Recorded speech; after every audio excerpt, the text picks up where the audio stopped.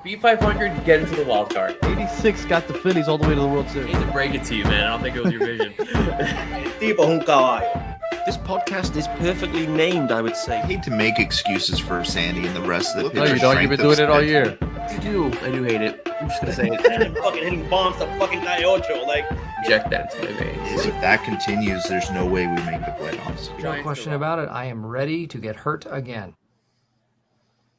Welcome, everybody, to episode number 10. We're in the double digits of the Battered Marlins podcast. I am one of your hosts, Daniel Granada. Alongside me, I have another two Battered fans. And as usual, when we introduce ourselves, we go ahead and we show what we're wearing on the top of our heads. So today, I've been talking about my favorite minor league hat. And my favorite minor league hat is the Baby Bombers hat from a couple years ago. I think this dropped back in 2017, back when Gary Sanchez had just come up, Aaron Judge had just come up, and it was a nice party in the Bronx. Baby Bombers, my favorite. And also, I want to just point out, of course, Messi the GOAT is in Miami. I had to rock the GOAT Messi shirt. How are you doing, Brenton? I'm doing great, man. What a time to be a South Florida sports fan, man. We got two teams in the finals. You know, we got superstars joining our soccer team and the most exciting team in the region, hottest man. team in The baseball. Marlins.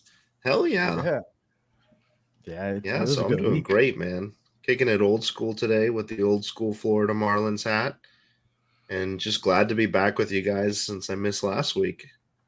Yeah, you were out in O-Town. Yeah, you know, I was laying some groundwork, letting those people up there know that Messi was coming, and you know, just running that town into the ground. Did you run into any Where it more belongs. Marlins player? Yeah, did you run into any more Marlins players' family members all up there?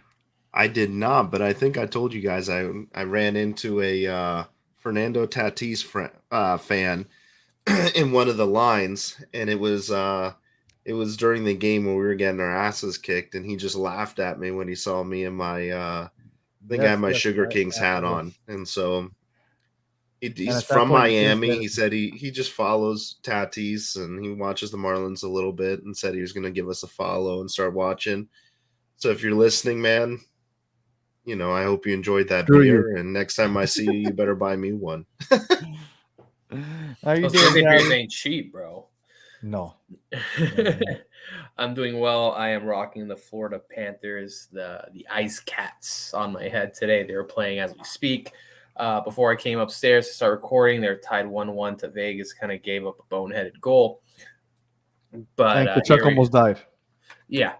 But here we are, man. I mean, I tweeted this. Man, I don't know. The last 48 hours of my life have been an absolute whirlwind. But I tweeted at some point yesterday. So we have the Florida Panthers in the Stanley Cup Finals. We have the Miami Heat in the NBA Finals. We have the Marlins creating some separation between 500, two straight sweeps. One of the hottest teams in baseball right now. Luis Ariz is the talk of the town. He's the talk of the league right now. An extension. Yep. I'm gonna give my thoughts on I him know. in a little bit, but we'll get there. But the hottest hitter on planet Earth right now, scorching hot, and the greatest soccer player of all time is coming to wear La Rosa y Negra and play for Inter Miami. I don't think there's ever been a time where more eyes have been on South Florida sports. So this is awesome. It's a really fun time to be a fan of all the teams down here. So, but I'm on very little. Dolphins. The off, closest but- I think it's been was probably the Big Three era, right? With LeBron, Wade, and Bosch. I think that's the but closest it's been. teams That all sucked. right. I'm during trying to that think of how the period. other teams were doing. The Dolphins were going through their bad spell, like usual. The We're on Marlins our way were back. hot. Leave us the alone. Nets were hot. Yeah. All right. So we posted last Friday, right? We got the first win of that series against the A's, and we went ahead and we posted that we created this graphic that you're looking at right now a week ahead of the episode because we were that confident that the Marlins were going to go ahead and sweep the next two series, and they were going to be leading the NL East by the time we recorded again. Now, the issue being that we held or at least the Marlins held up that end of the bargain, but the Diamondbacks and the Mets could not.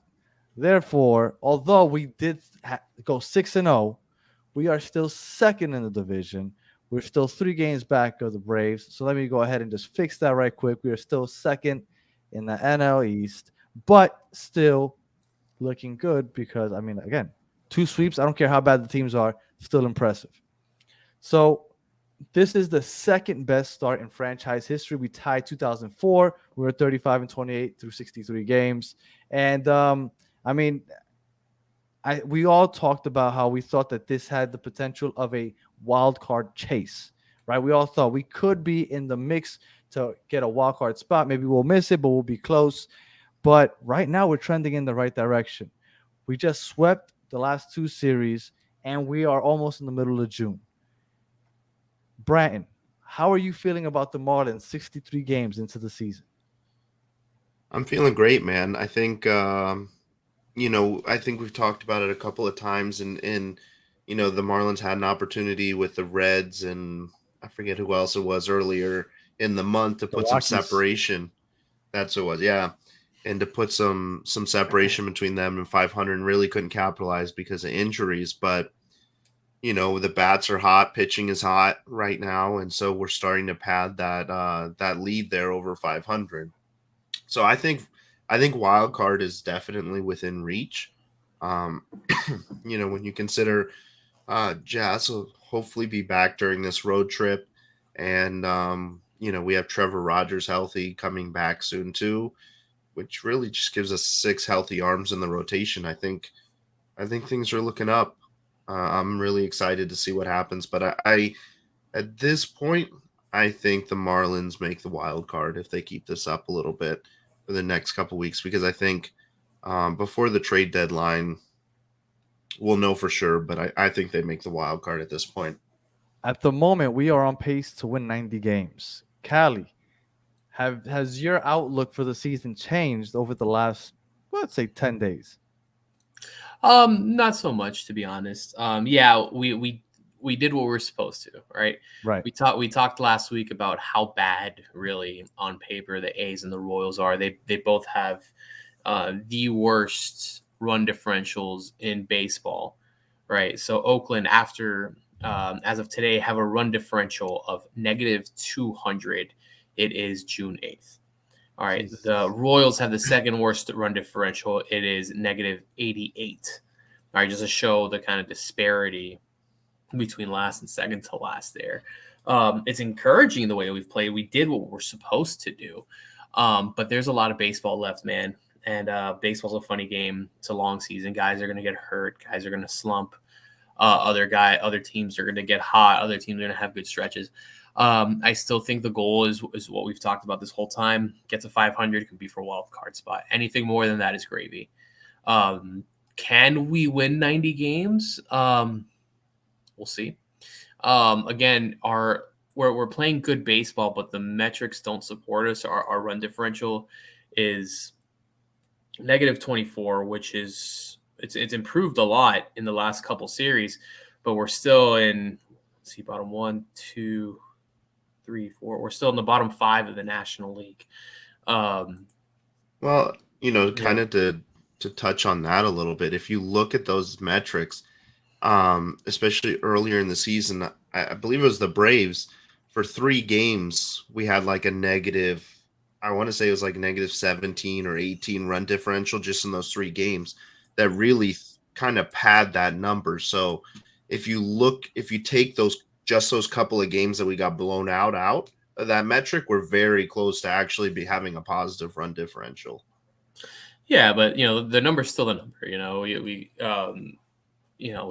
the thing is, highs we're that are going to throw the number, and you're not really getting an accurate representation, in my opinion, of the team as a whole. You can take out those highs, and you could even take out games where we've blown other teams out if you want to even the metric a little bit. But I don't.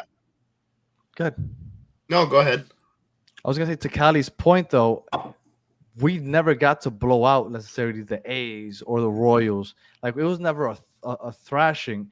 Like, when you play bad teams like that, you figure that run differential would start to even out. and we haven't been able to do that because we've won 7 more games than we've lost, but they've been. I mean, how many times did we say we won 1-run games? Like we haven't been a very dominant team. So when you're Oh. over 500, I figured that run differential should.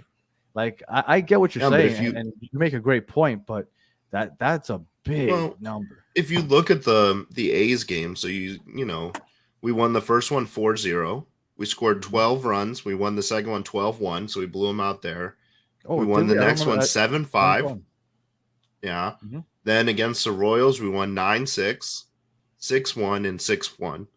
So, we're padding those stats too. Like we're hitting, but unfortunately what's happening, especially with that Royals 9-6 game is, and we'll talk about it, is, Sandy's struggles are still continuing. So that's hurting us a little bit there. But, I forgot about that 12-1 game. I think what where we benefit though is that while our run differential isn't great, if you look at the rest of the National League outside of the NL West, if you eliminate the NL West, we have a top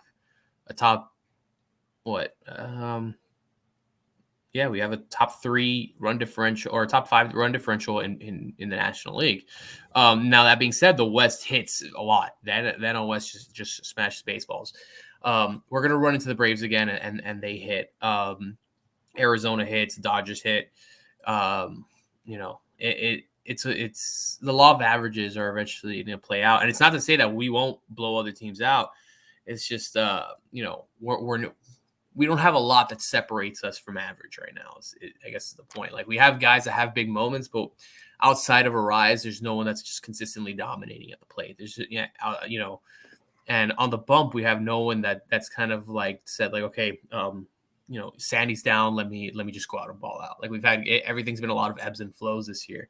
And if that trend continues, those are all the makings of a 500 team, which again, if you told me before the year would be 35-28, by almost the middle of June, I'd be really happy. It's, sure. I'm not upset by it. I'm just saying that, like, are we going to win 90, 95 games? I'm not sold on that yet, to be honest. I think we can get there. And I think, like Danny, I think you said 86 is the number. And I think that's a great number. Yeah. 86 has always been the number. Yeah. Yeah, if you tell me we break even and we win 81, I'd be really happy with that. I'd be insanely happy with that. We break 80 games this year, I'm going to be really happy. I think that's the markings of a good year in year one of the Skip Schumacher era. If you get to 81, and I'm jumping the gun here, but if we get to 80, 81, and we miss the playoffs next year, again, I'm jumping the gun, I know, but next year has to be we're going in. We have to make the playoffs next year. It's a disappointment, right? Yeah, and I mean, if I remember listening to an interview with Kim Ng, and she mentioned that the thing that separated Skip from the other coaches that they interviewed is that he wants to win, and he believes in that vision that he's not here to rebuild, he's here to win. So if that's really the message that they're trying to send, then with July just around the corner, this now it's time to put your money where your mouth is. Sure. And if let's say we win 80 games, so we just miss out on the playoffs, that attitude going into the 2024 season is gonna mean everything. So, we're getting dangerously close to, and I think we're gonna see some of it coming up in the next 6 weeks or whatever it is. Like we're gonna see if this organization is really gonna put their money where their mouth is. So we swept the last 2 series, obviously, so we can get into those. What were your biggest takeaways from this weekend? And I'll start. I thought that the 2 big comebacks on Sunday and Monday were big because, I mean, Branton was just going through the scores. We scored 6, 12, 9. Like we've been scoring, and in the beginning of the season, I remember, at least me personally, I said we need to lean on the pitching and win these close games. But recently, we've been hitting. Now I know that the A's and the Royals are not necessarily a good team, but still, you have to hit the ball. You still got to score those runs. You got to get those runners in, and we've been doing that. So I thought that being able to go ahead and make those 2 big comebacks, because on Sunday when Sandy got lit up, I was like, this really sucks. We're not gonna get the sweep, and we came back and did it anyway. What were the biggest takeaways from the last 2 series for you, Brian? So these two series, in my opinion, were, I didn't get to share what I thought we would do. I didn't think we would sweep both series. I thought we'd sweep one and maybe drop a game or two. But I think these series were really about gaining confidence and getting some of the bats back. Like Jesus Sanchez is on fire. He's picking up where he left off, coming back from injury. And we haven't given Gurriel enough praise. He's hitting the ball like crazy. Coop's doing a great job. Like, the team is hitting, and these guys are building up confidence. And in my opinion, we really needed that in these two series, because the next three series are very winnable series. And it's just more opportunity to go into those series and come out with wins and pad those stats a little bit before it starts getting tough again. Because, our problem at the beginning of the season is the bats started slow. Sandy started slow.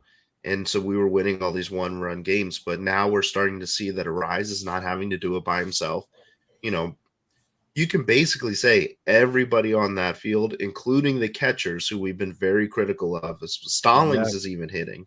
Like, these guys are starting to hit, and they're getting hot. And so for me, it was about coming out of those series with confidence.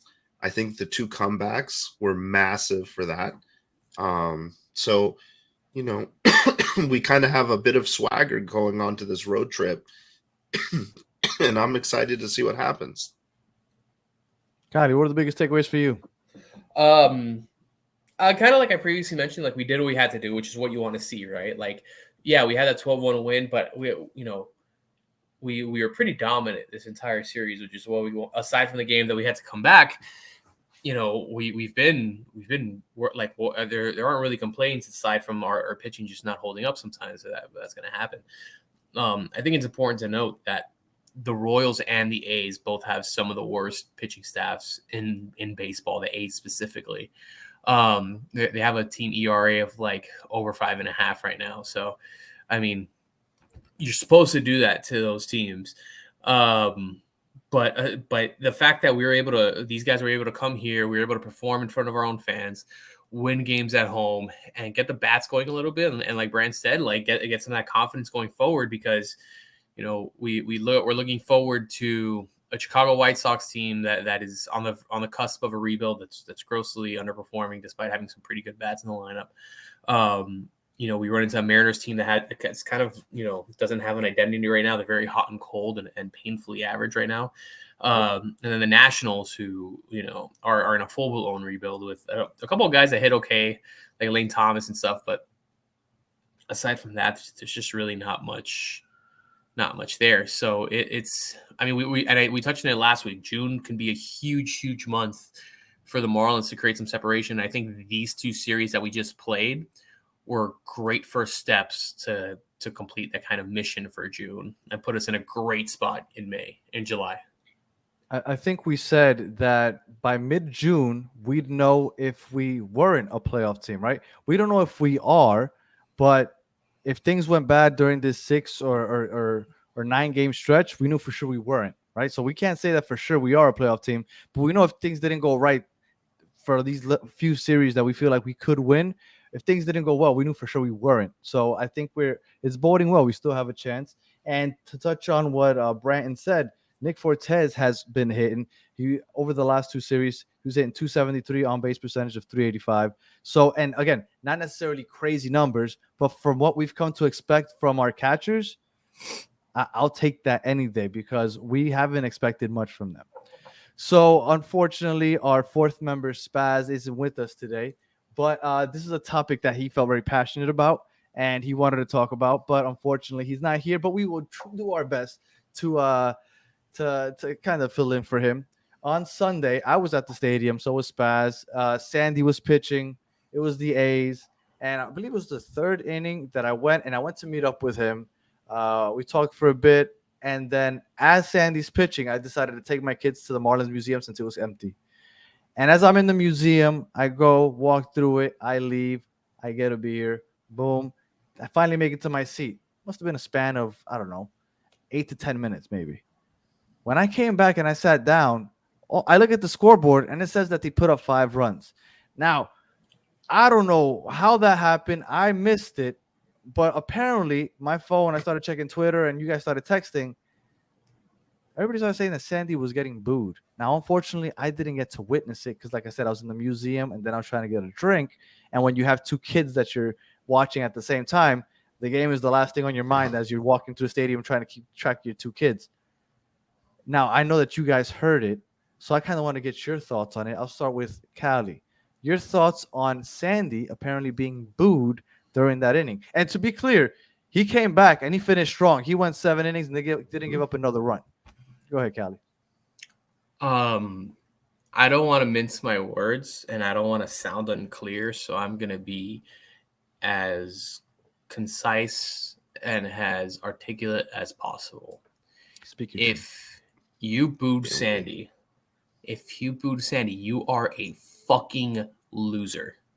And I'm being very kind in using those words. If you booed Sandy, you are a fucking loser. This is a guy that won us a Cy Young, okay, that has been the best pitcher we've had here.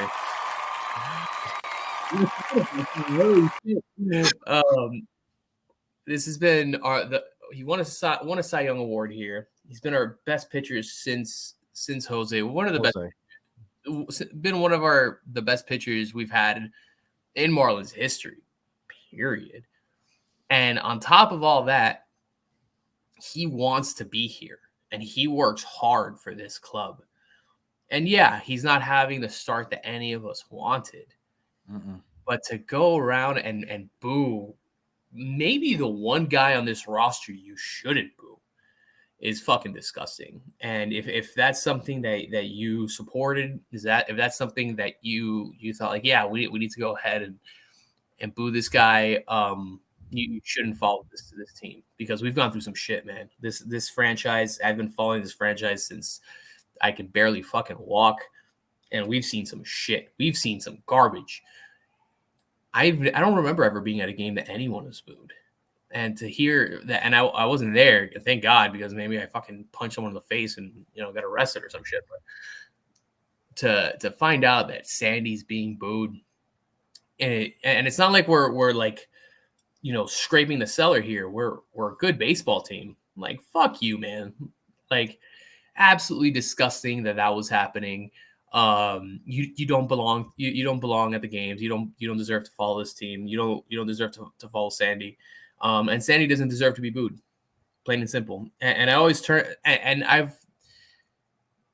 me as a sports fan, and this goes beyond baseball. If you're upset, boo the ownership, boo the coaches. All right. Don't boo the guys that are just trying to do their job. Okay, because I always try and paint like this. Like if a group of people showed up to your job and watched you do what you were doing and fucking booed you every time you did something wrong, you're gonna get fucking frustrated.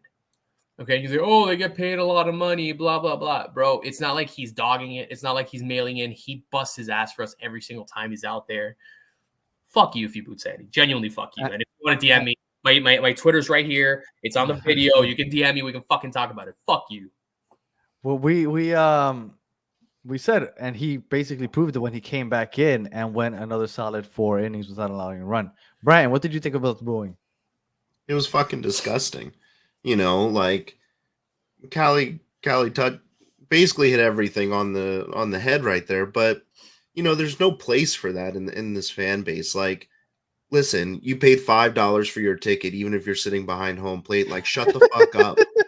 Like, that's it. Like, it's not like you're paying Messi ticket prices to go and see Sandy pitch. You're not. Like, even if you bought Sandy Beach tickets and you got the t-shirt, it was $40. Like, shut the fuck up. The man is the greatest pitcher we've ever had in franchise history. He's going through it. He needs your support. He doesn't need you fucking booing in the stadium. No, go ahead. I'm not an aggressive person, and I'm really glad I wasn't at that game because I would have found those people. And I wouldn't have hit them or anything, but I would have yelled at them, and maybe I would have gotten hit myself. But it's ridiculous. Like, and then he goes out there and he shuts them up and throws 4 more innings. Like, this man wants to be here. He's doing everything right. If he wanted to leave, all he would have to do is go up to Kim and say, "Hey, I'm not happy here. Put me on the trade block," and then he could just start mailing it in. And any other team in this league would take him.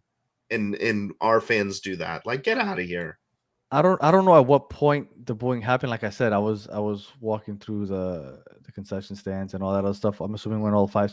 Now, I think that there was an error because I didn't watch the game back. I think there was an error to him throwing to, I think it was third base that I heard.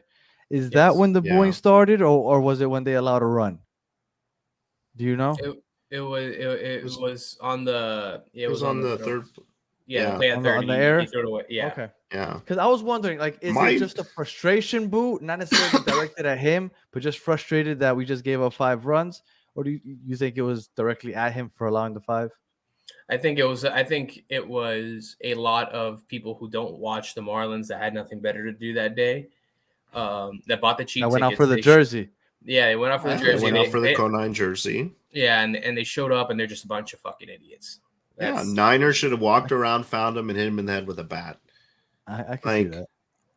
you know, it's just my initial thought when I heard it on TV is I thought, oh, maybe something happened in the stands and like they're booing somebody who like took a ball or something from a kid or, Yeah. you know. And then like Spaz was like, no, they were booing Sandy. I was like, well, these guys And- are real special. And you know it's bad when well-spoken Peter Pratt comes on and makes a video dedicated to being embarrassed by Yeah. Marlins fans, because he came out, he he was posted a video. spot on. Shout out to Peter Pratt for doing that, and yeah, I mean it's crazy. Like I said, I unfortunately didn't get to witness it, but I heard about it through everybody else afterwards, and all I got to witness was him coming back 4 strong after that. So I don't see it. But on to a much happier topic. We have the best hitter in baseball right now. Luis Ariz is batting 400 right now. I believe it's 403 to be exact. Over the last week, he had 14 hits and 25 at bats. He's batting 560 in the last 2 series. My question, well, actually, Brandon, you weren't here last week. I posed a question to Callie and Spaz last week, and I said, what is more likely? That Luis Ariz gets 200 hits, or that George Soler could get 50 home runs? Now, before I ask Callie if he's changed his thought process behind his answer, what do you think, Brian? I'm gonna bet my money on Ariz. I'm gonna bet he's more likely to get the 200 hits. I'm not saying I don't think Soler could get to 50 because he definitely can, but like Ariz is hitting like two a game at least, or he's going 4 for 4, or you know, so 5 for 5. Mm-hmm. yeah. So I'm my money would be on Ariz over Soler, but if I could bet on both, I'd bet on both. Callie, we still on the solar power and lighting? Yes. I'm still and maybe it's a bias showing or I don't know, but I just Well, it's so hard to believe that 400 is sustainable. That's my thing. It's so hard for me to it's so hard for me to think that this is just the normal for Luis Ariz. And certainly he's proved this wrong in close to 70 games now. But man, it's just I that 200 hits is a lot. It's at 87 already. I know, man. I know. It's just it that's a lot. That's a lot, man. And the strikeout numbers are low, and maybe that has something to do with it. But man, I just don't know how sustainable. And maybe I'm wrong, and I hope I'm wrong. I pray to God, of course, I'm wrong, I'm sure, for sure. But like eventually, the law of averages play out. Eventually, like I just think people come down to earth. Like, what are the chances we're experiencing the real life next Tony Gwynn right now, right? Like, and best case scenario, yeah, that's the case.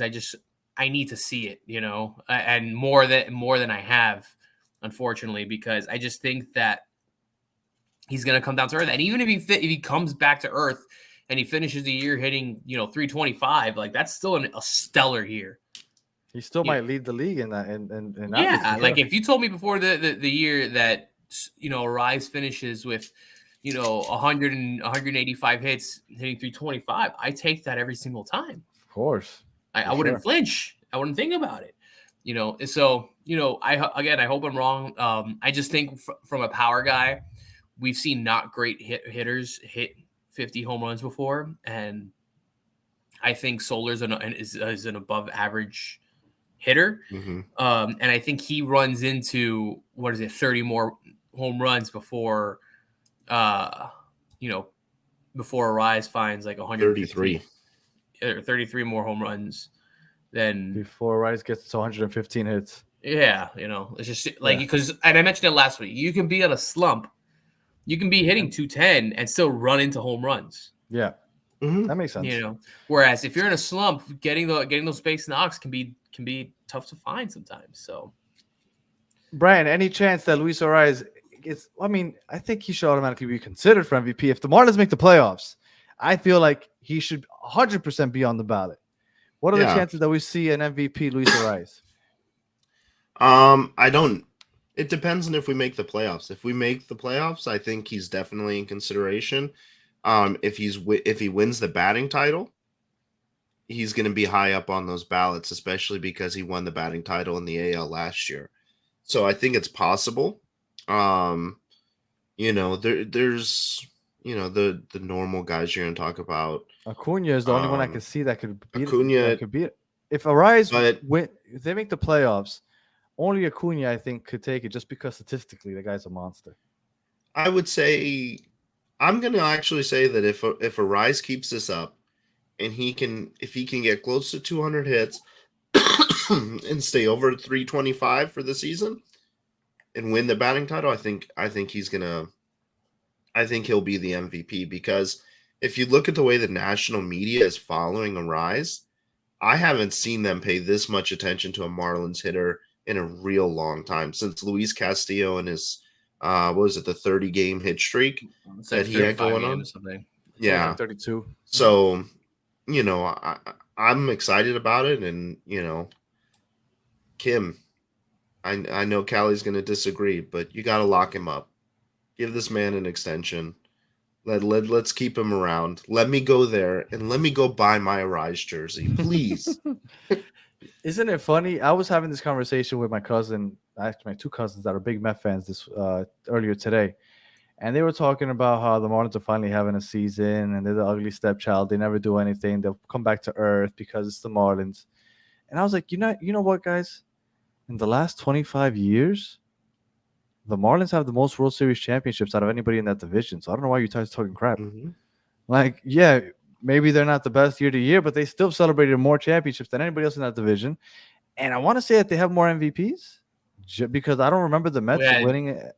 We had Stanton. So exactly. Stanton and Hanley 1 year. Yeah. I don't know if Hanley won it, but I know Stanton won it for sure. No, Hanley won a batting title. I don't think. I'm not sure he won MVP. So Stanton won it, and then I don't remember any Mets player being MVP. I don't remember any Braves player being MVP. So I mean, the Marlins, Freddie Freeman, maybe. That's possible. So what do you think about Ariz being the second MVP for us? I'm selling, unfortunately. I just think it's a popularity contest. I think if Acuna and Ariz continue the way they do, I think the Marlins and Ariz will get a little bit of shine, but at the end of the day, they're gonna give it to they'll give it to the golden child, and Acuna is that golden child right now. Which is unfortunate, and where I think from a media perspective, where Ariz falls short is the power numbers, because it's not sexy to get a bunch of base knocks up the middle. Right. They want to see the long ball. They want to see guys rounding out doubles and triples, where that's not something that Ariz does.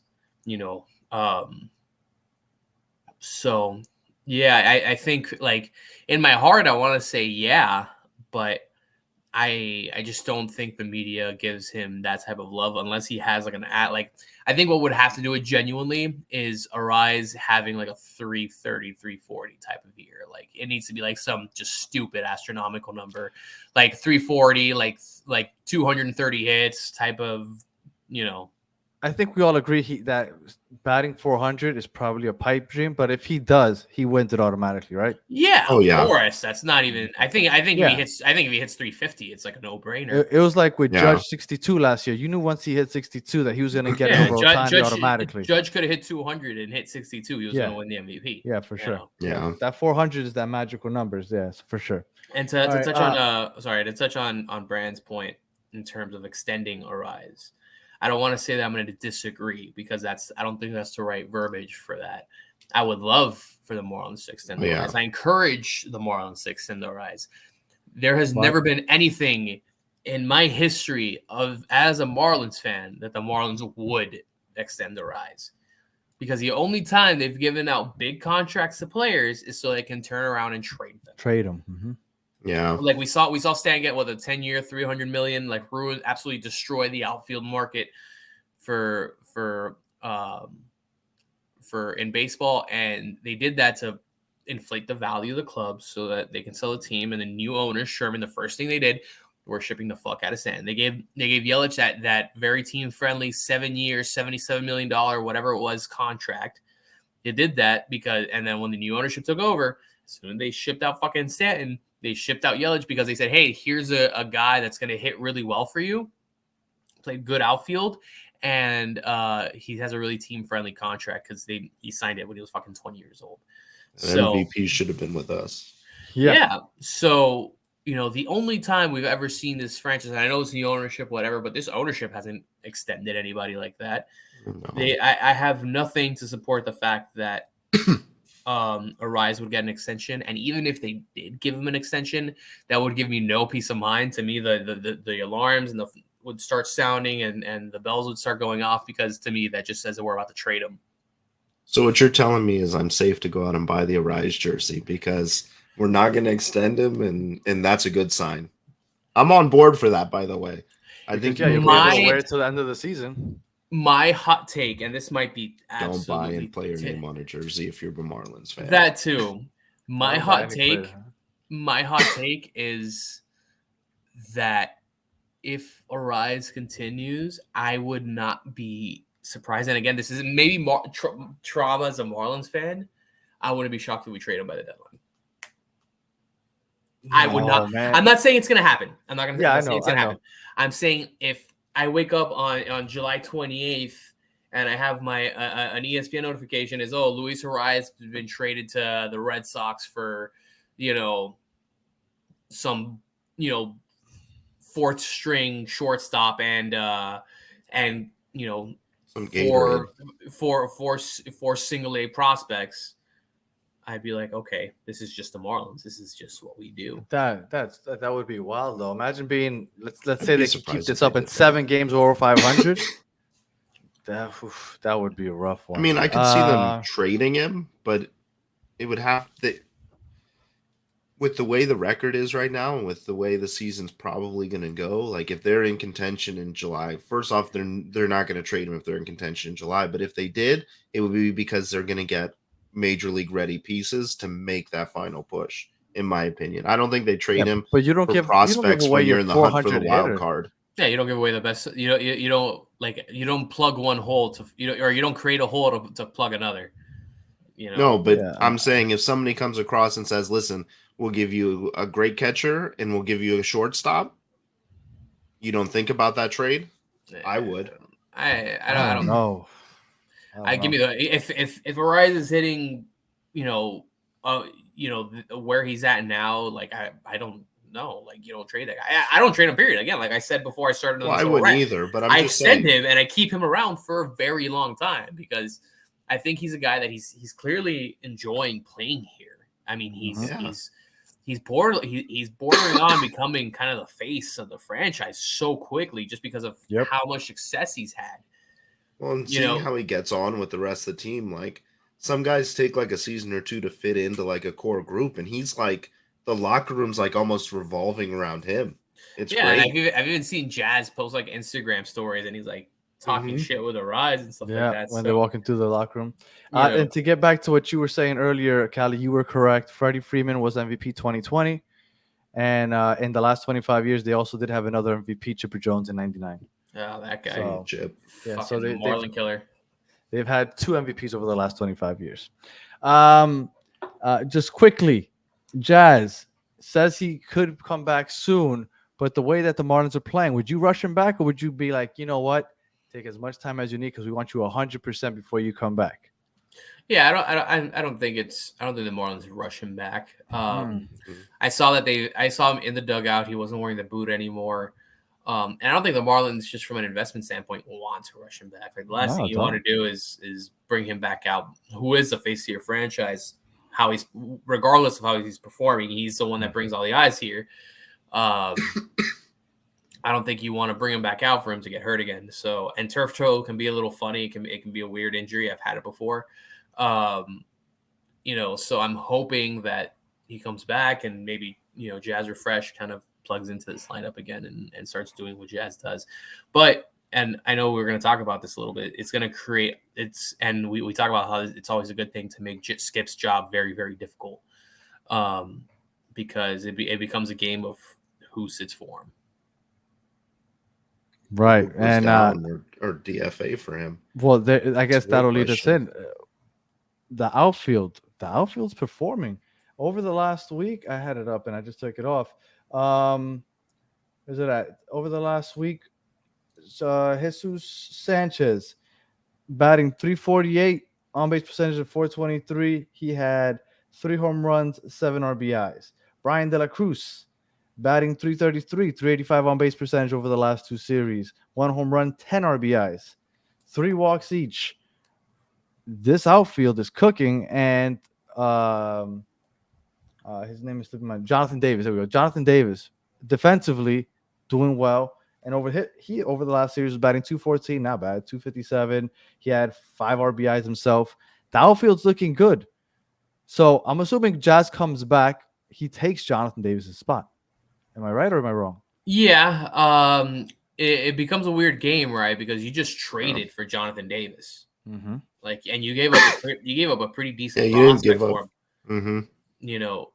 So it becomes a question like, now, how do the Marlins value Jonathan Davis? Did they give up Brady Allen just so they can say like, we'll have this Band-Aid on here just until Jazz comes back and then we DFA him? I can't imagine they would that'd be pretty reckless to do it. And genuinely, if they DFA'd Jonathan Davis for trading a good prospect for him, I'm going to be upset. I'm going to say that's some bad business there. But I mean, I don't know, man, because Jonathan Davis has been stellar defensively. Hitting, he definitely came back down to earth because he was on fire when he first showed up. But De La Cruz and Jesus Sanchez are non-negotiables to be in the lineup right now. Mm-hmm. And Solar didn't have a great couple series, but he's Solar. He's gonna strike out quite a bit, but he's gonna hit the ball hard. He's gonna run into some home runs. Solar presumably DH, and maybe Davis just becomes a bench guy. And now with Rogers coming back, we're gonna see someone kind of take a hit here. I would assume. I don't even know what to assume, to be honest. I don't know who misses the cut here. It's a good problem to have, I guess, but still a problem. And Jazz, I would usually be like, oh, let's try Jazz at shortstop. Joey Wendell's, or at least over the last week, he's been playing very well. He batted .429, on-base percentage of .455 over the last week. So he's raking also. So at the moment, Jazz, take your time, I would assume, because there's no rush right now, at least. Yeah. Yeah. I mean, I think they should definitely ease him back in because they don't need him right now. Like, I know that's weird to say you don't need one of your best players, but they're playing well without him. And so I think he should take his time. But, I think if the Marlins were just trying to put a Band-Aid on it and get through until Jazz was ready to come back, I think we probably would have seen a guy like Victor Mesa Jr. or somebody like that get the call to play center field. Yeah. And just, give him some major league experience. And then you've got the options to send him back down once Jazz is healthy. So I think, I think Jonathan Davis is here to stay. And, to me, that might mean maybe their plan is to put Jazz back at shortstop and have him play a little bit of DH. I don't know. But I don't see Jonathan Davis being the odd man out. I mean, honestly, I hate to say because he started off the season so well, but Hampson is probably going to be the casualty in all this. Because if you kind of have Jazz bounce, even if you have Jazz bounce between center field and DH, and Soler kind of move in and out of the outfield and DH a little bit, I think in a pinch you could put Jazz back at shortstop if you needed to. So that's who I would guess is probably the odd man out in the Jazz situation. But Skip's got to figure it out. April. He did. He really did. But after that, he came back to earth, and I don't think anybody would be up in arms if he's the one that gets sent down. Yeah, I think if you really look at the roster, I think we have too many infielders. So I would guess maybe, now you mentioned it, Brad, I think Hampson might be the guy that and he still has options to the minors, so it would make sense for Hampson to go back down for a bit just to get some consistent playing time.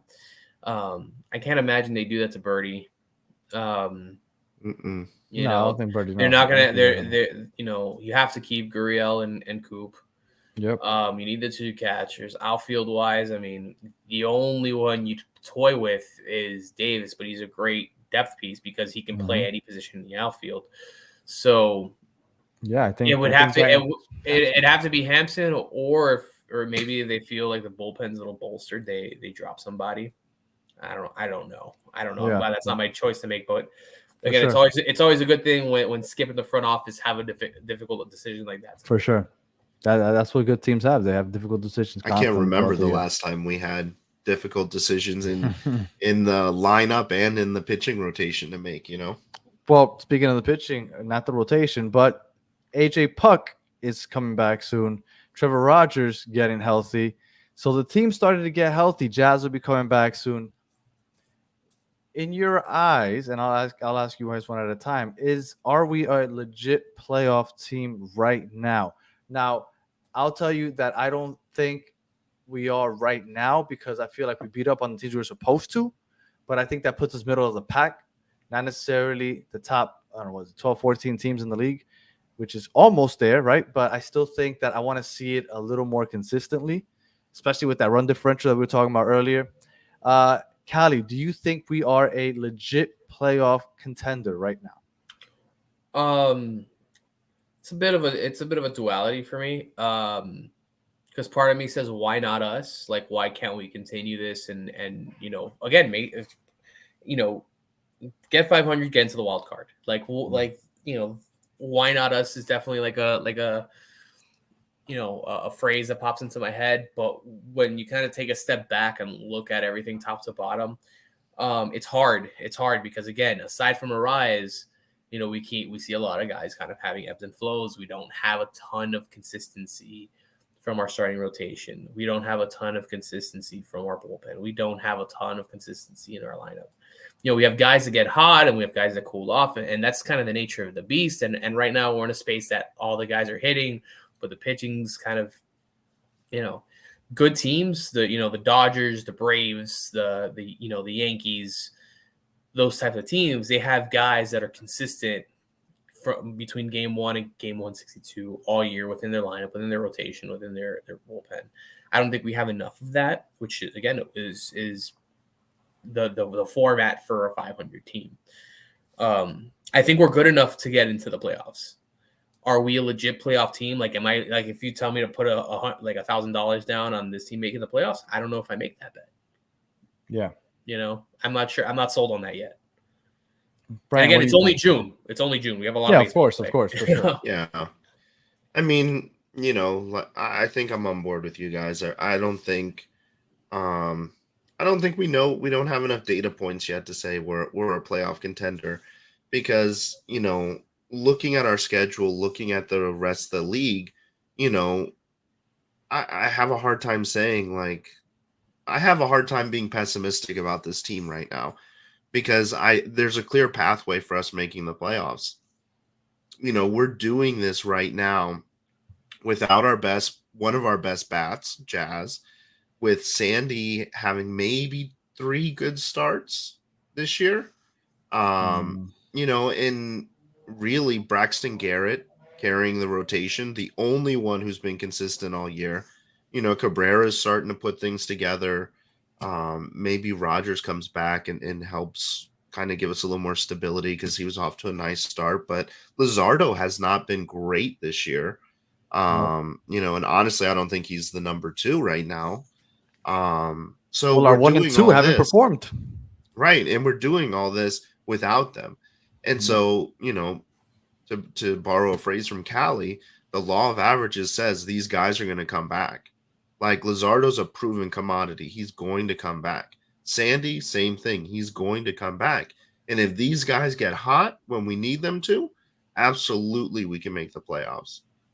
Especially because there are a lot of teams having really bad years who a lot of people expected to contend. Yep. We were all worried about the Phillies when Bryce Harper comes back, and oh man, we were going to be in trouble. And they're struggling. And so now we have an opportunity in June to really pad the stats. White Sox, Mariners, Nationals. And we to can that put point, a nice lead.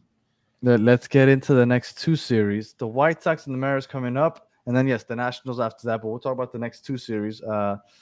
We have the White Sox and the Mariners, both bottom 10 in hitting.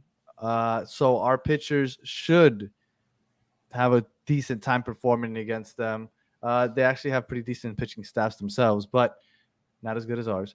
How are we feeling about the next 2 series? The White Sox, I believe, are over 500. I'm sorry, No, the Mariners. The Mariners, I believe, might be over 500. No, they are 1 game under 500.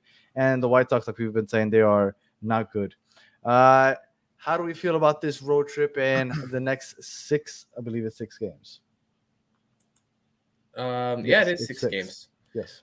I feel very good.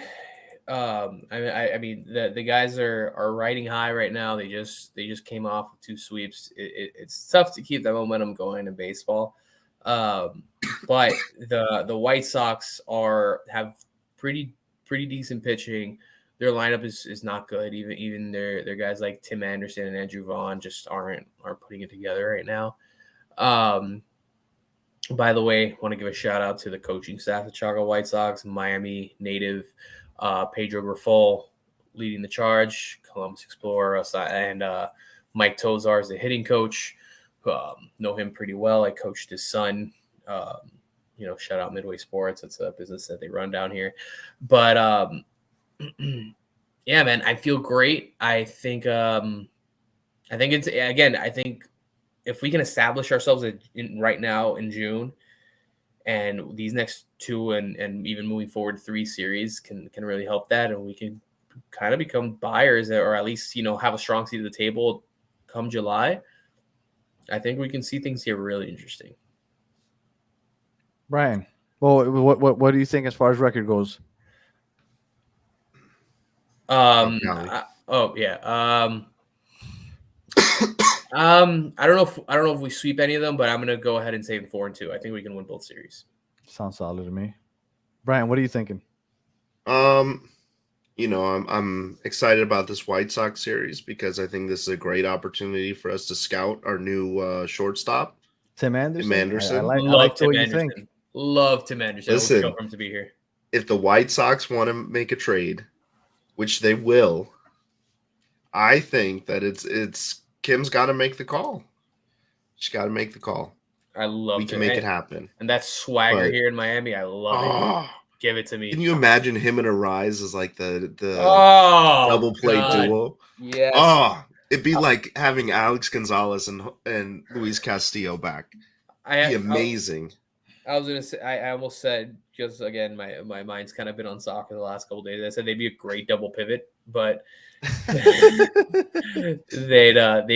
would be an awesome duo to see in the middle infield. In the infield for sure.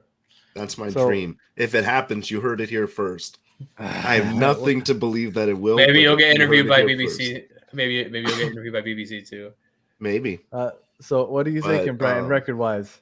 Record-wise, I think we sweep the White Sox, and I think we take 2 out of 3 from the Mariners. I'm going high on the team. I think we're going to have good momentum going into the White Sox series. I think we probably drop the opener against the Mariners. I just hate those West Coast trips, man. I hate them. Yeah, I think the only good thing though is we're going like Eastern, Central, West. So it's not like we're going all the way to Seattle. So it won't be too bad, but I still think we drop that opener. And I love that we have a rest day coming back to go to Washington. So You know, Brian, you read my mind because I was thinking the same exact thing. great I was minds, thinking man. sweep the White Sox and get to 10 games won in a row, a 10-game winning streak. And then a downfall, we lose the opener against Seattle and it stops at 10 in a row.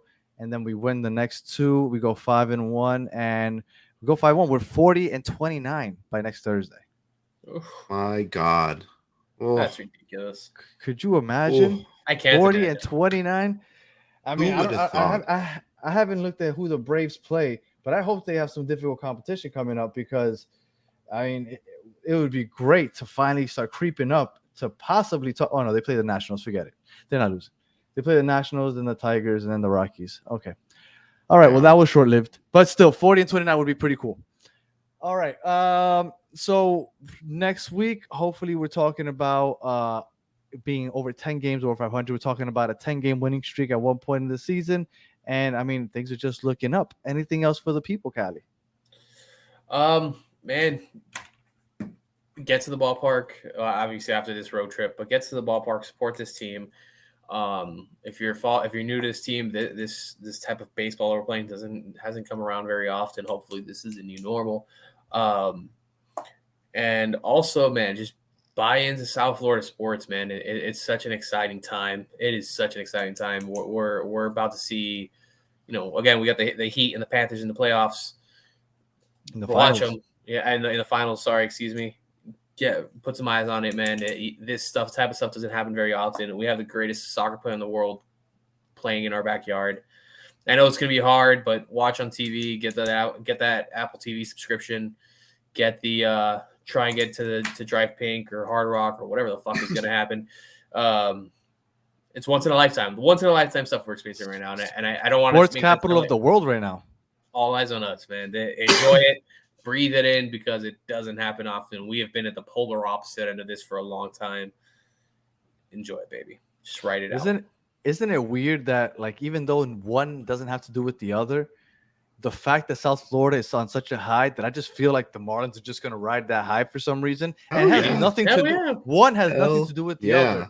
But I just feel like, okay, they're just going to keep riding this high. It just has to happen. Yeah. And look at the collaboration.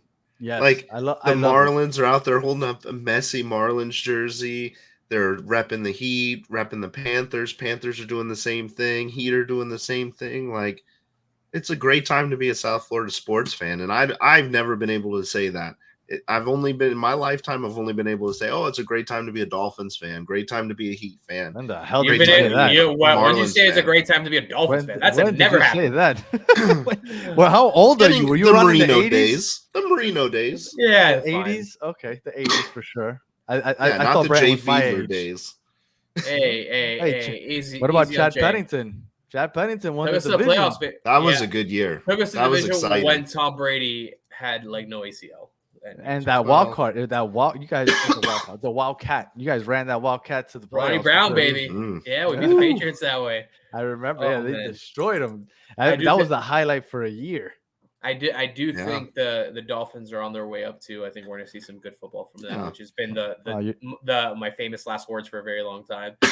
But sorry, real quick, this isn't planned or anything like that, but I think it's worth mentioning. If you're a Dolphins fan, one, you should follow Bearded Fin. Was it the Battered Fins? Battered Fins Fans podcast. Thank you. Yeah. But secondly, if you're a big Dolphins fan like I am, you probably followed Tuanon on Twitter. That account was ran by a man named Eric Carmona, who unfortunately lost his life leaves behind a wife and 3 small kids, if I'm remembering correctly. The entire community has kind of gotten behind them.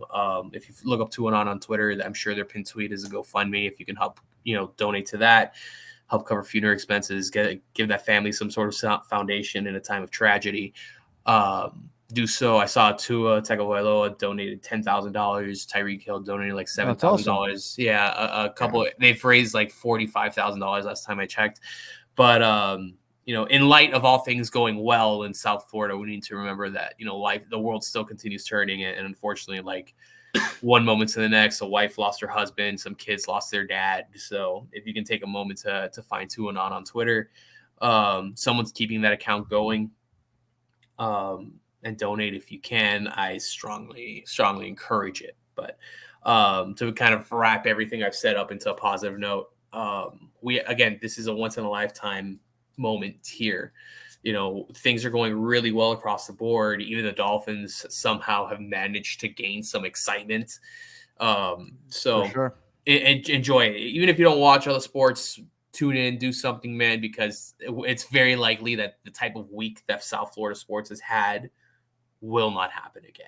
No, 2 teams in the finals, and you get the greatest player of all time in the biggest sport in the world. That's never happening again. Soak it in. So with that, if you guys are on audio, thank you for listening all the way to the end. If you are on YouTube, thank you for watching all the way to the end. Like, subscribe if you haven't already. And until next week, could you imagine 40-29 possibly, and then with a 3-game series against the Nationals? I can't imagine. It's gonna happen. Let's let it ride, baby. I need it.